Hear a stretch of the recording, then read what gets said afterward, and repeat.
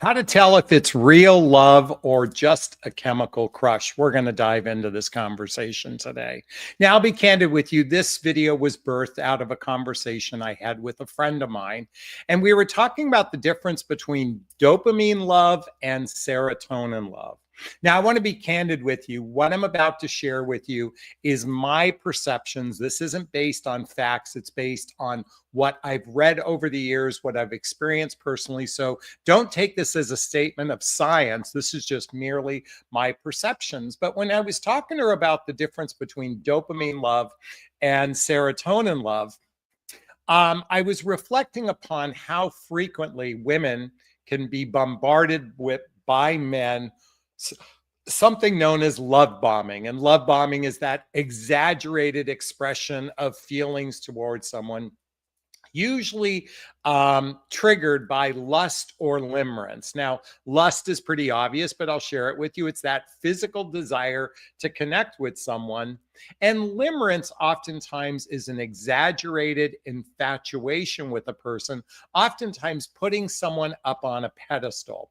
And when a man puts a woman up on a pedestal, or quite frankly, when a woman puts a man up on a pedestal, we can exaggerate our feelings about a person because we've now created a space where somebody represents greater value, greater worth than our own individual worth.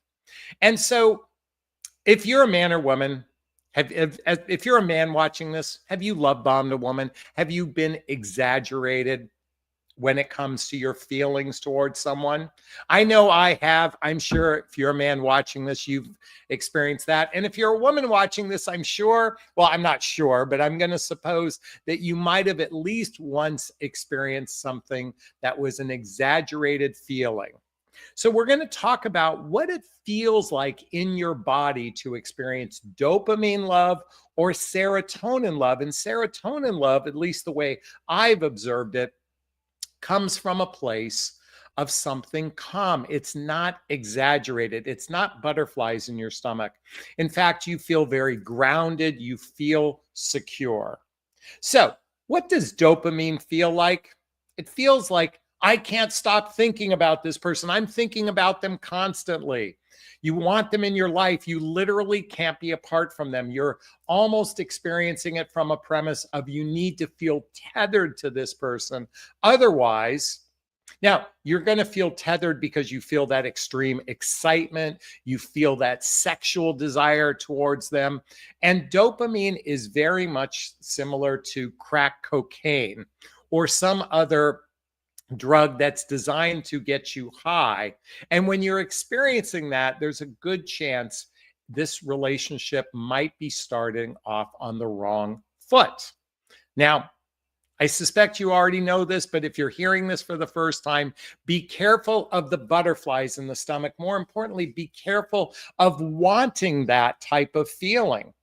In fact, in many cases, I've observed in the dating environment today, people are so desperately wanting that chemical rush, that dopamine hit, to believe that this might be someone worth pursuing. It might be someone worth investing in.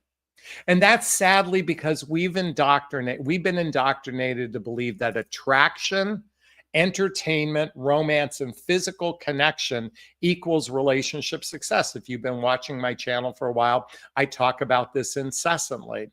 And it's one of the reasons why a lot of great first dates don't go anywhere, because there isn't this instant rush of lust or limerence, or worse, an insecure attachment towards another person. See, if you're not familiar with insecure love attachment, I highly recommend reading books like Attached by Amir Levine and Rachel Heller. Read the books Wired for Love by Dr. Stan Tatkin, or read the book Learning Love, Learning Love? Learning Love by Thais Gibson. Highly recommend checking out those books. All the books I recommend are listed below in the Jonathan Recommend books. See, what God, I keep saying oftentimes. Well, it's because it happens so frequently, it's often that people are experiencing an insecure attachment with another person, believing it's love. But what does serotonin-based love feel like? I know this because, folks, I'm experiencing this for the first time in my life. And that's why wanted to get on this video to talk about this, because serotonin love feels like I can be myself and I can breathe. I can be myself and I can breathe. Now, the reason why I say I can be myself, it feels calm. It feels centered. I'm not climbing the walls. I'll be candid with you. In past relationships, when I was apart from someone, I was climbing the walls. I was feeling very anxious, believing that that was love. And so I want you to sit with your body and ask yourself the difference between the feeling of I can't stop thinking about them versus I can be myself and I can breathe. When you're experiencing serotonin love, it feels calm, it feels grounded, it feels present. You're not climbing, as I said earlier, you're not climbing the walls. That might be an exaggeration, but of course I've experienced that. So that's how it will feel inside your body. It'll feel calm, or it feels like anxiety.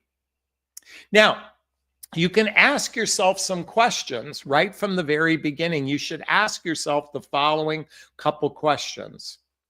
Is this excitement or is this alignment? Can someone write that down? Is this excitement or is it alignment? You see, excitement has that over-exaggerated feeling to it. Alignment feels calm. What does alignment feel like? You share the same values. You have the same relationship vision. Your lifestyles are actually compatible with one another. And more importantly, you're beginning to observe behavior of emotional maturity. How do you recognize emotional maturity? How do you feel that you're in alignment with that? First, you have to look at your own life. Have you healed from your past relationships? Does fear, the past hurt, or even your fantasy of a relationship exceed your desire, your capacity, your vision for a relationship? See, sadly, I've witnessed so many men and women equally in spaces of still hung up on a past relationship, hurting from a past relationship, or maybe they have fantasy about what they can attract in a relationship. Our fantasies, which is our ego, our past hurts, and our fears can block our capacity to love. See, alignment comes from a very grounded place. Excitement comes from a fantasy perspective. Second question you may want to ask yourself, am I being pulled towards this person or am I choosing this person? I want you to sit with that for a second. Am I being pulled? Do I feel this pull towards this person? Or do I feel like I want to take a step forward towards this person? These are very nuanced feelings. This can be very tricky because when we're in a state of excitement, we believe it's real love when it could actually be an unhealthy chemical connect. Well, when I say unhealthy, dopamine isn't healthy or unhealthy, but it might not be grounded in real love. And then ask yourself this question. Do I feel anxiety or do I feel calm? I want you to think about, what does it feel like just hearing that? Just hearing the idea. You know, butterflies. What do you think about butterflies in your stomach? Oh my God, I want butterflies. I want butterflies. That's anxiety. What does calm feel like? It feels like you're standing on the ground. You feel secure. You want to be with this person, but you're not attached to the outcome. See, the minute we become attached to the outcome, we turn into crazy human beings. You may want to study Buddhism. The Buddhist philosophy is non-attachment. And they say, I believe they say, all suffering comes from an attachment to an outcome. So use those reflective prompts. I'm going to repeat that again.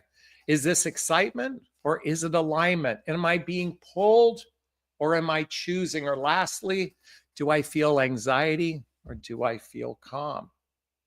Now, I want to share this with everybody because, as I said in the beginning of this broadcast, I'm experiencing what I believe is serotonin love. In fact, as we're speaking today, my sweetheart has been out of town for a week and I'm not climbing the walls.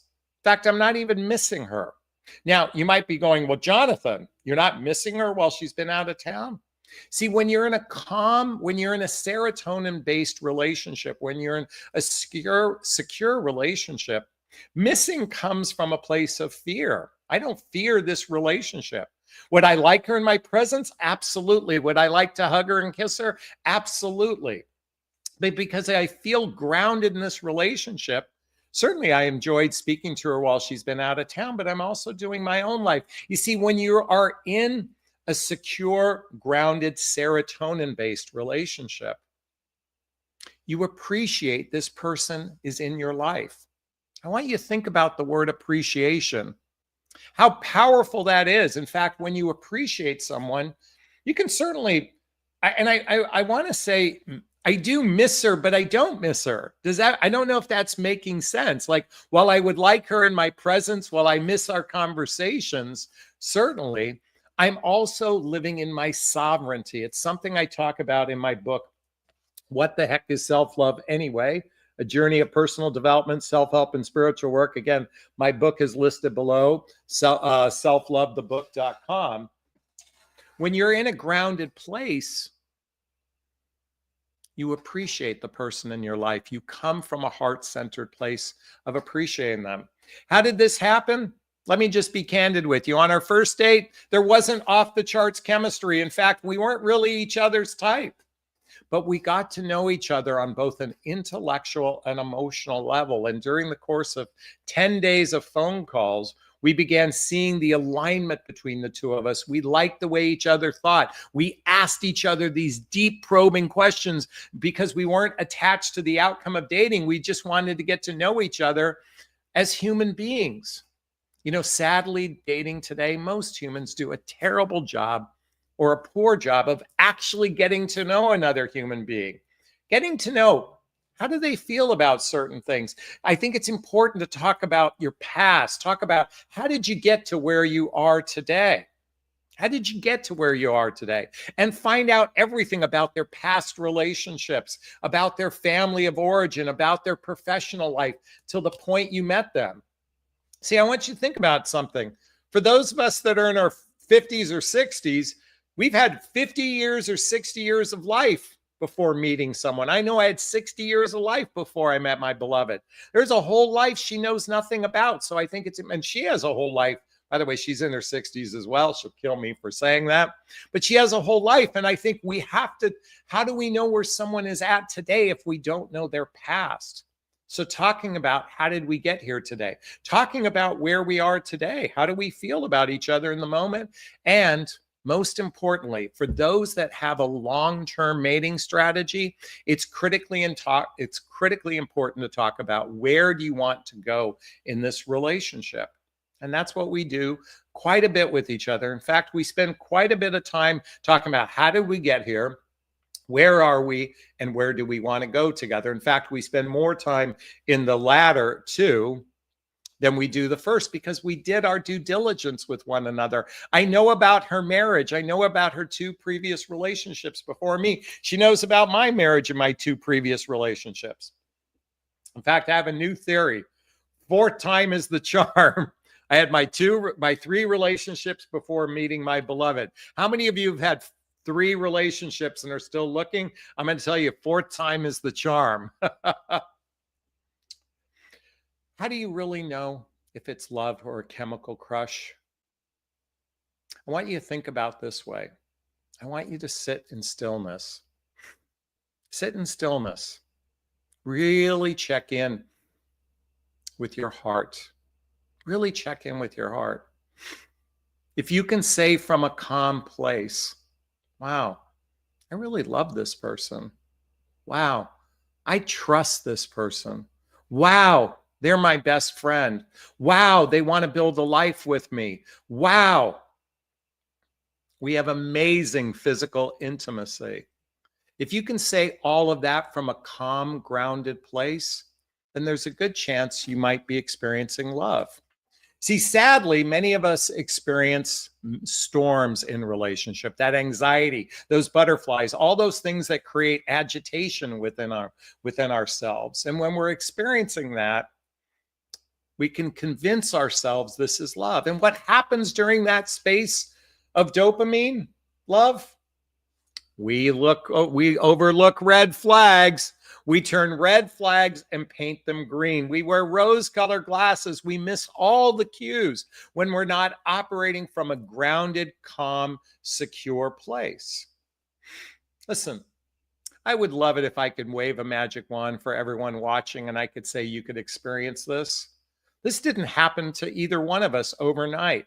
It took a tremendous amount of personal development, self-help, spiritual work, and therapy to get to a place where we could feel grounded within ourselves. Remember, I said earlier about self-love. Self-love is the grounding space to enter into a romantic relationship if you want a juicy, delicious, healthy, happy relationship.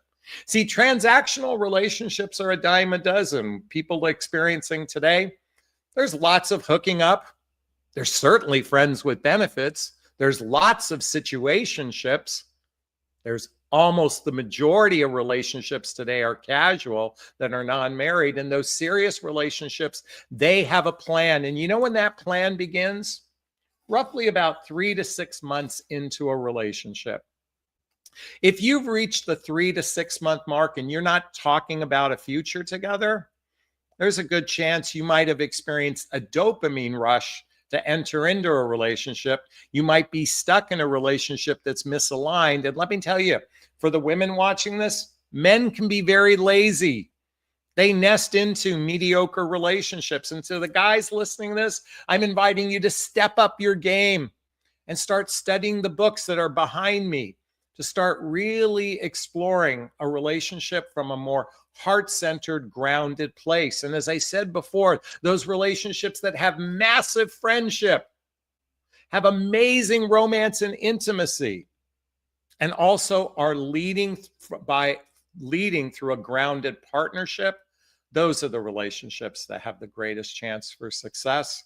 And they can step into serotonin-based love versus that dopamine. And if you want to do some research on it, Google dopamine-based love or serotonin-based love. And you'll find, I think you might find that you would prefer to have a serotonin-based love. And as I said before, it's calm, it's grounded, it's secure.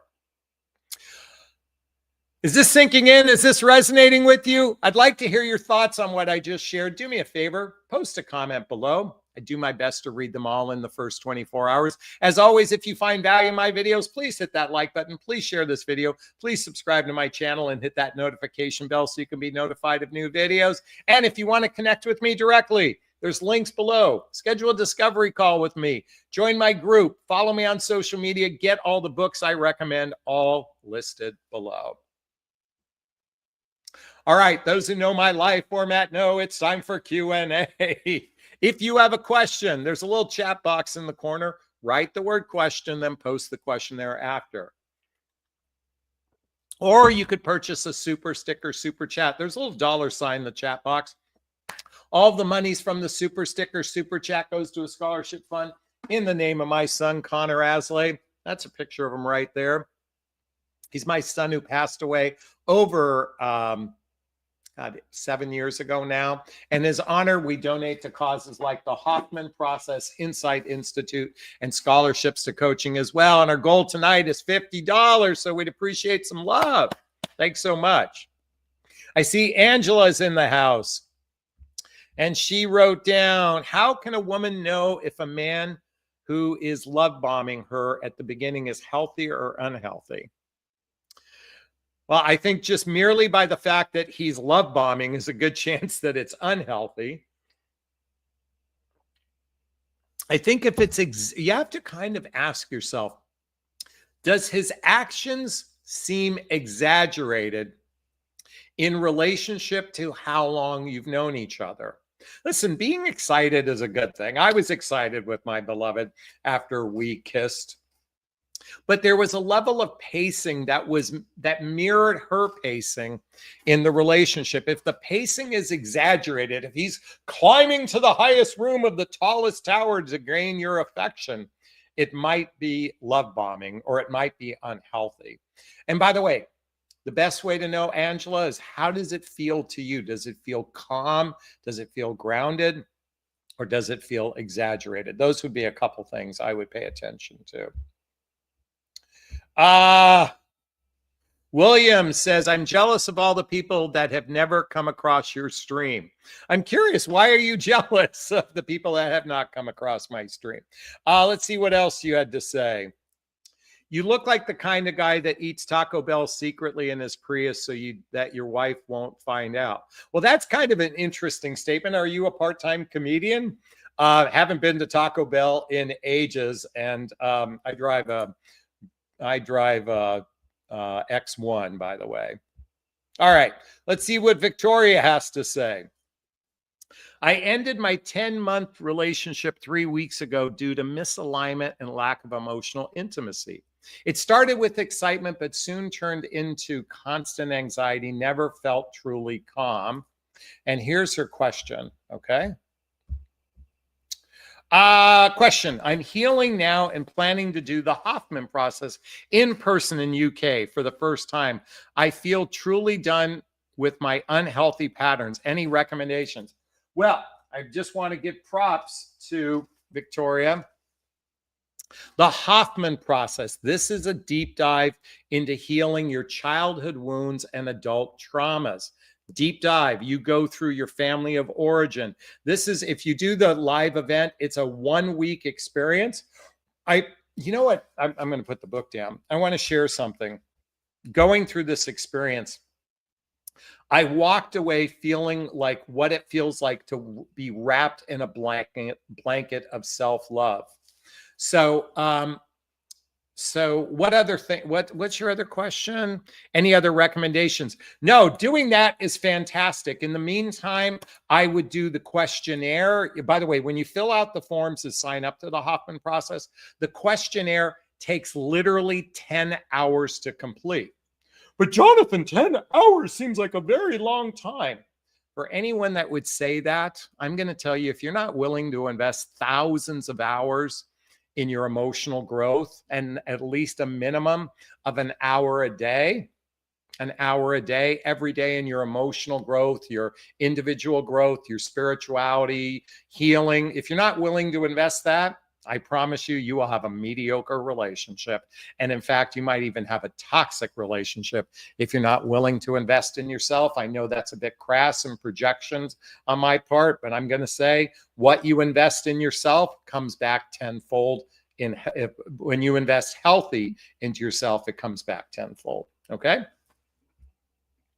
Suzanne's in the house. Question: when did you kiss your beloved? All right. Well, I got to tell you the backstory, okay? So we met on a dating app.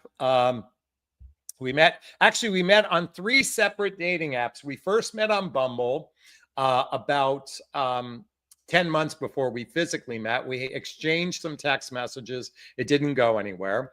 Then about 4 months later, we connected on Match.com. We had 1 or 2 exchanges, didn't go anywhere. And then about 6 months after, 5 months after that, we connected on Hinge. So Bumble, Match.com, and Hinge. Okay. All right.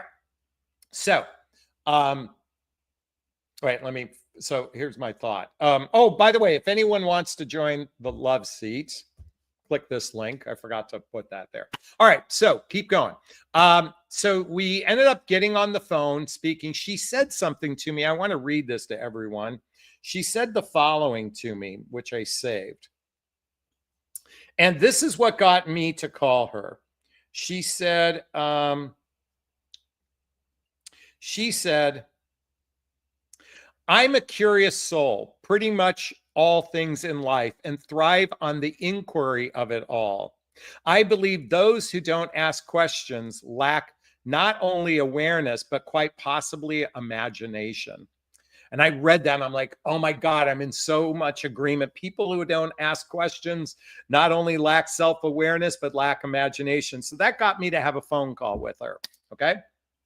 So we end up speaking on the phone for 3 hours. It turned out about an hour and a half in, we had mutual friends. We each have mutual friends. And so that kind of sparked the connection between the two of us. And then we decided to meet for coffee. We met at a really nice hotel in the marina. We met for coffee. We ended up having a 5-hour meeting, but there was no attraction between us. It was kind of flat. We had a great conversation. I mean, we were talking about the nooks and crannies about dating and relationships, our beliefs around courtship and masculine and feminine energy. We got into all these rabbit hole conversations, but we weren't each other's type. We spoke on the phone 2 days later and we're like, what happened? You're like, what happened between us? And we spent the next 10 days unpacking why we didn't have attraction. We ended up having all these amazing conversations. And I became more and more interested in her.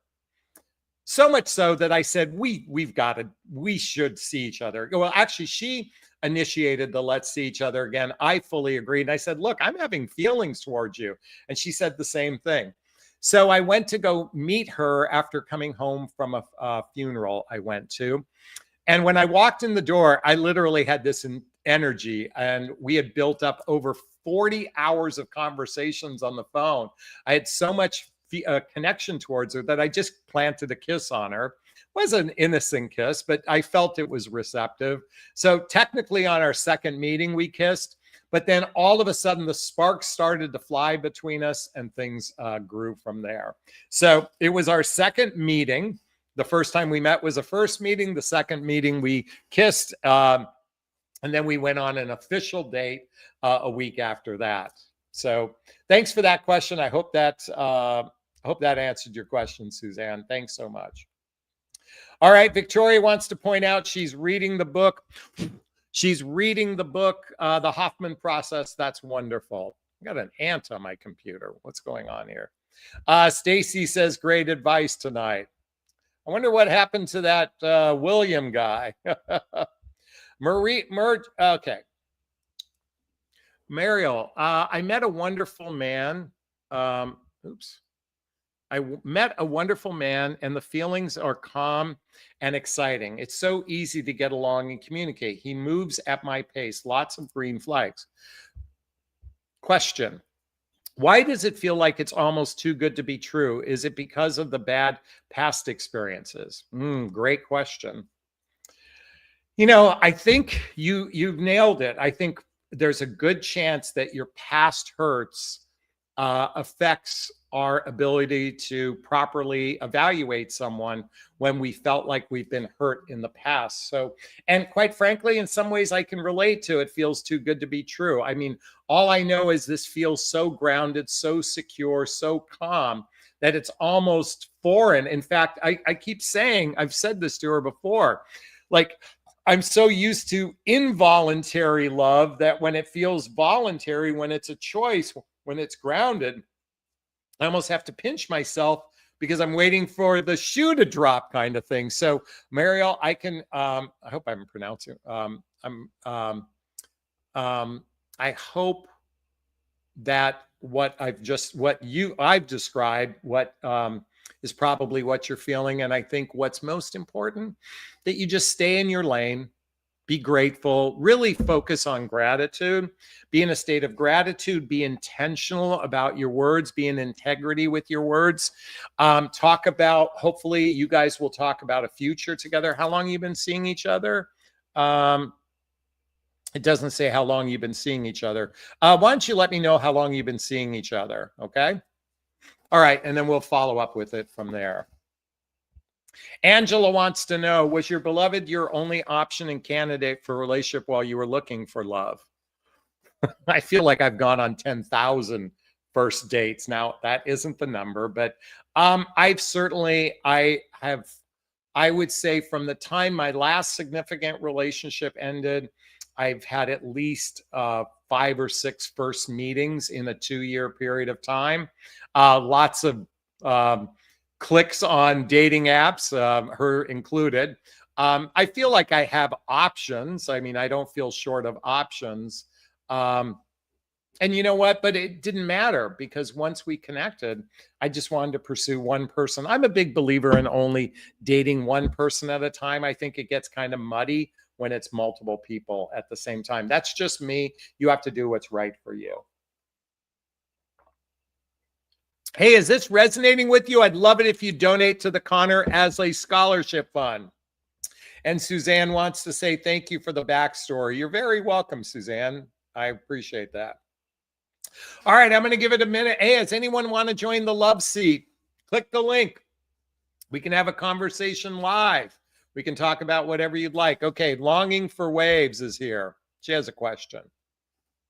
What's your take on long-term relationships? Yes or no? What's your take on long-term? Yes or no? Yes, under what circumstances? Hey, my whole channel is based on life partnership-based relationships.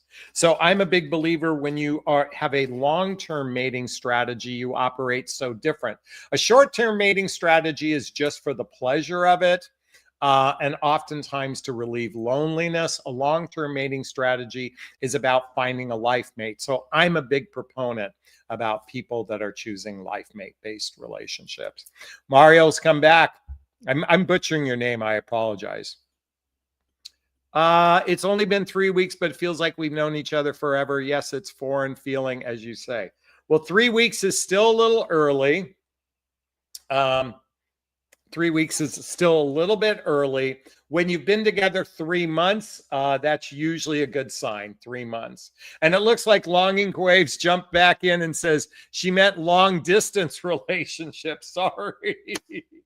All right, what's my take on long distance relationships? Couple things. First off, depends on the distance, but if you have to get on an airplane, you have to take into factor finances in a long distance relationship. However, if you're going to engage in a long distance relationship, I would want to have a clear understanding of what the long-term game plan is about one or the other moving to the other place to live or area to live.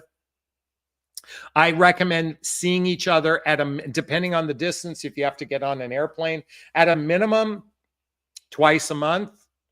Well, at least once a month at a minimum, and at least spend a week of time together. I know a lot of people would say we can't do that, but and if you're driving distance, I would say at a minimum twice a month, minimum. By the way, people that live around the corner don't survive relationships, and they can see each other all the time. Relationships are built through social activities, hobbies, mutual interests, spending time with family and friends, certainly traveling together, teamwork, building skills, both in your personal and your professional life, and intimacy, both physical and intimate, emotional and physical intimacy. You need to have a variety of different circumstances to build the deep roots of trust needed to withstand the storms that every relationship is going to have. So those are just some. So be intentional. Make sure you have the resources to do it. Make sure you have a plan. Make sure that you're aligned with each other before you invest in that type of relationship. And Angela, that's what I think of long distance relationships. Angela comes back. Did you date women from different countries? Well, I mean, my last relationship, she was born in Colombia but raised here in the United States. How many women? I don't think I've been in a significant relationship with someone that was born in another country. Most have been born in the United States. So I'm pretty sure, but I'm sure I've gone on dates with women from another country, but haven't had a significant relationship. Enhance is in the house. I've been married 7 years and we're still excited about each other. It was long distance relationship and we're very clear on our plan. We had to fly. See, they had a plan. By the way, my nose is itching. I haven't seen my long distance boyfriend since I met him over a year ago. I still have hope. He's very busy and lost his mother. I'm sorry, it was about to last. I don't think you're in a long distance relationship. You're in a long distance cyber relationship. And that's what you're in. You're in a telephonic text messaging relationship. You're not in a traditional day in, day out relationship. Okay. But if you're asking for some advice, I know you're still holding hope, but I suspect that hope is based on fear or fantasy. Can someone write that down? That hope is usually based on fear or fantasy. It's probably not based in a grounded space of genuine trust that, as I said before, trust is built through social activities, hobbies, mutual interests, spending time with family and friends, traveling together, teamwork, building skills, both in your personal and your professional life, intimacy, both physical and emotional intimacy is usually required. I say usually, but you're in a long distance cyber relationship. You might make sure that you add the cyber part because of the lack of physical connection with one another. Does anyone have any thoughts on this? I'd like to hear your thoughts on what I just shared. All right. Angela wants to point out it's much easier to ghost someone if you're in a different country. Well, it's easy to ghost someone anywhere, but yes, you have a built-in exit clause with that. All right, we have another question from Make Me Toronto Star. Make Meet Toronto Star. I'm just kidding. All right, question. How can I hint for my coworker to ask me out? He started several conversations with me with small talk, sat beside me at Christmas event, smiled and waved. Why don't you just ask him for coffee, join you for coffee one day? Instead of hinting, why don't you just say, hey, would you like to grab a coffee after work one day? On me. You can even say on me as my treat.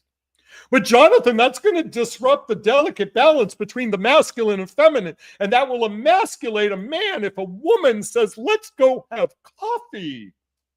I'm being intentionally rhetorical, but just simply ask him to go join you for coffee one day and talk. And you could end by saying, I like you. I like you. I like you. Try that. Mario says, hope is usually based on fear or fantasy, not genuine trust. Exactly. Because every man I ever asked out was embarrassed and they rejected me, or it was a mess. Well, let me just tell you something. If it's sincere and from the heart, you can't say the wrong thing to the right person. If you are speaking sincere and from your heart, I'm just curious why you choose men that are so, I mean, are they that? What's their problem? When you say they rejected you, it might mean that they had someone else in their life. It might mean they're hung up on someone else. There's a variety of different things. Or as you say, it was a mess. But I'd say if this person wants to, if you invite him to coffee and he's intimidated by that, you don't want him anyway. You don't want him anyway. If it's sincere and from the heart, you can't say the wrong thing to the right person. Stacy's in the house. We haven't seen you for a while. What about if the man works away for work? 2 weeks gone, 2 weeks home. Common schedule in the oil industry, Canada. Also common for them to cheat online. I mean, I guess you got to ask yourself, what kind of relationship do I want? Do I want a day in, day out relationship? 2 weeks gone, 2 weeks at home kind of could be almost like a fireman. That is, and now, so I don't see a problem with that if you get to spend regular time together. If you're talking about, I mean, if you decide to explore a long-term relationship, then you have conversations. But yes, that is common for them to cheat. But when we say common, is it 20% of people like that cheat? I don't know what it is, but I get it. Make Me Toronto Star comes back and says, I'm too scared, too embarrassed. I want him to ask me out or else to hint. You know, my specialty is not the flirting techniques. I'm sure there are other people out there. I'm more of the real love type of person. You know, speak from your heart. You know, if you're scared, then do what's uncomfortable. Do what's uncomfortable and just say, hey, I'd love to get coffee with you one day, my treat. Here's the thing. If you're too scared to do that, then what are you going to be scared about in a relationship? If the simplest thing scares you, imagine the complicated things, how much they're going to scare you. That's just my take on that anyway. Stacy wants to point out, thank you, J.A. Yes, long-term only. Exactly. I'm a big proponent for long-term relationships, not short-lived relationships. Hey, does anyone want to join the love seat? I'm posting a link right here.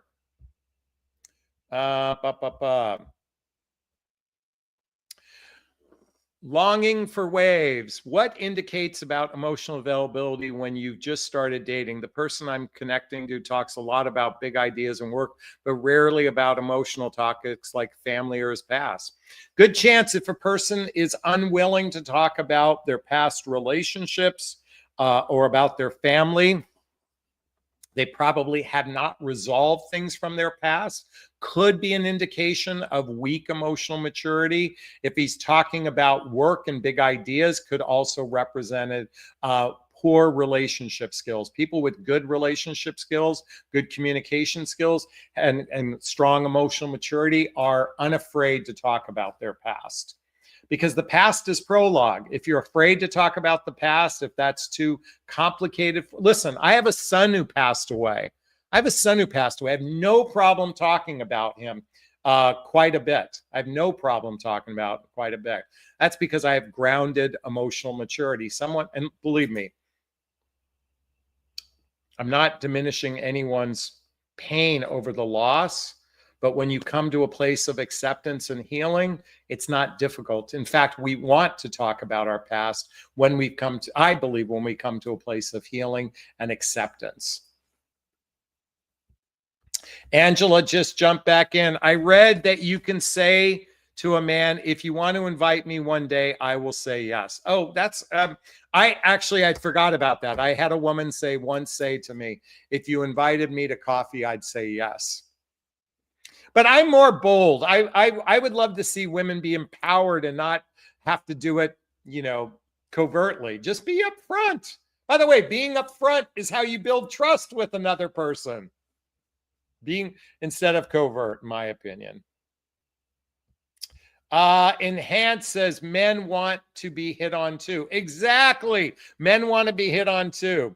Make me trans. I just had some good experience. I had some good experiences relationship when the man pursued me. It's in the book. He's just not that into you.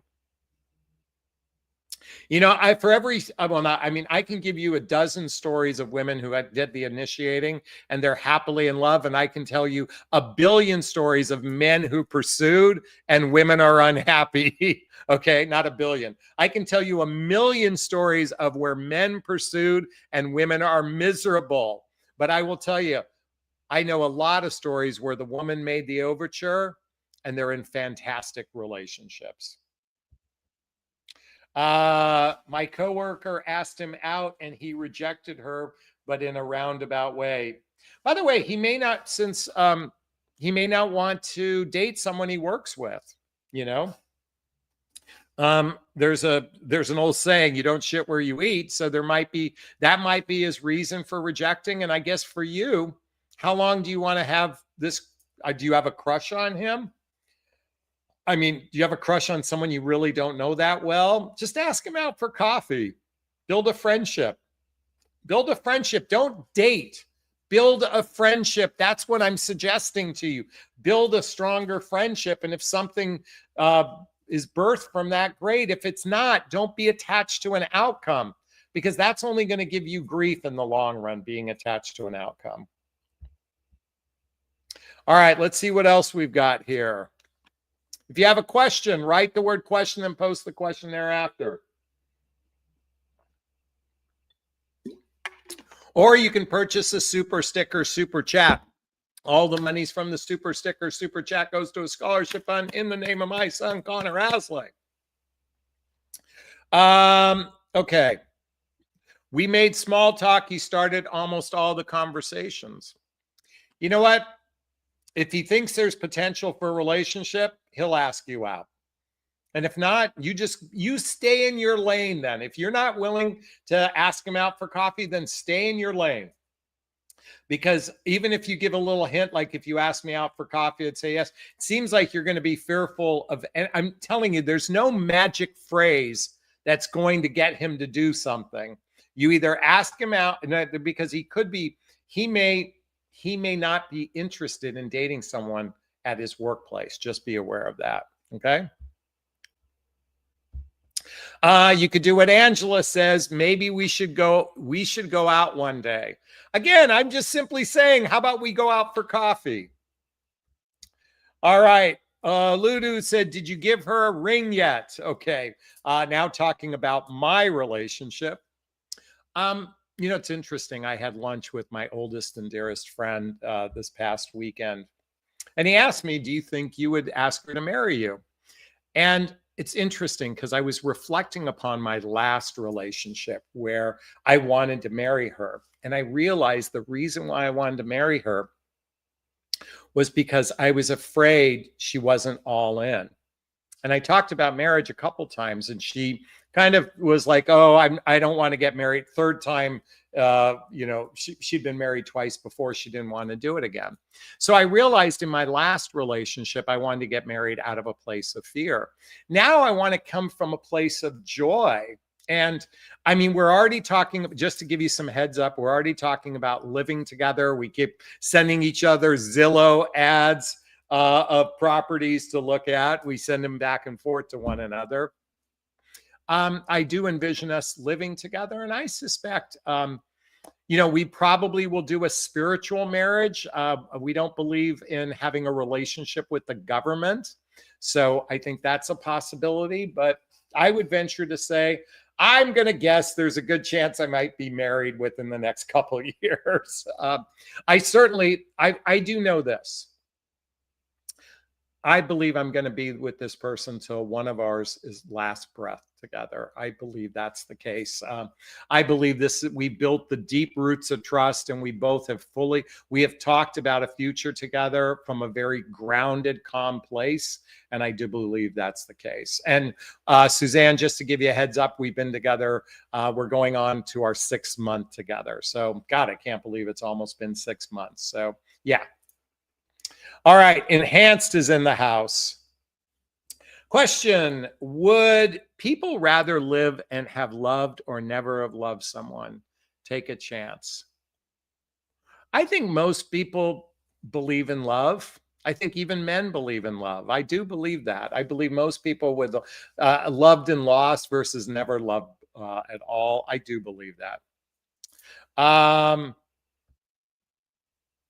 How do you know if someone is emotionally ready for a serious relationship? Great question. Let me just give you a clue.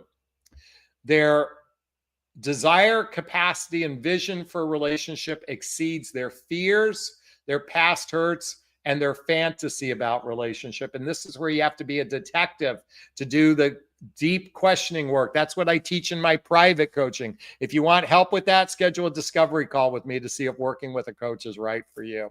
That's what I teach, how to vet for emotional maturity. Angela says, what do you do if other women are interested in your man? I don't think you need to do anything. I mean, you don't need to do anything. If he's sincere, he's not interested. If he's insincere, there's nothing you can do about it. But then do you want to be with a person who's insincere? You know, so I don't think you need to do anything about it. In fact, be proud. Women want my man. I'm sure my sweetheart says that every once in a while. But she doesn't need to worry about it because I give her enough attention, affection, appreciation that she doesn't have to worry about it. And if you have to worry about it, then there's something wrong in your relationship. And I would work on that piece than thinking that you need to do something about it. I mean, you need to do something internally about it. Enhance comes back. How do people set healthy boundaries without pushing people away? If it's sincere and from the heart, speak from your heart. Tell them what's okay and what's not okay for you. And if it pushes someone away and it's sincere and from the heart, they're not the right person for you. You want them to run away. Holly wants to point out, I love the idea of a spiritual marriage. Hey, folks, I think this will be a great place to wrap up today. Hey, did you find value in our conversation? Is it real love or just a chemical crush? I hope you did. I'd love to hear your thoughts on what I just shared. Post a comment below. I do my best to read them all in the first 24 hours. As always, if you find value in my videos, please hit that like button. Please share this video. Please subscribe to my channel. Hit that notification bell so you can be notified of new videos. And if you want to connect with me directly, hey, there's links below. Schedule a discovery call with me. Join my group called Midlife Love Mastery. Follow me on social media. Get the books I recommend. Get my dating vows, all listed below. All right, I'm going to wrap up this video as I always do. First off, give myself a big, gigantic Jonathan Barrick of self-love. I'm going to reach into the camera and give you a hug of love if that's okay. I'm going to ask you to turn to someone, a pet, a teddy bear, a pillow. Give it or them a hug of love, because hugs are a great source of love. And let's face it, we could all use more love in our lives. Thanks a bunch. Oh, and I want to thank everyone who commented tonight. Big hugs to you all. Wishing you all super duper wonderful evening. Be well. Thanks. Bye now. Bye, Angela. Bye, everyone. Thanks.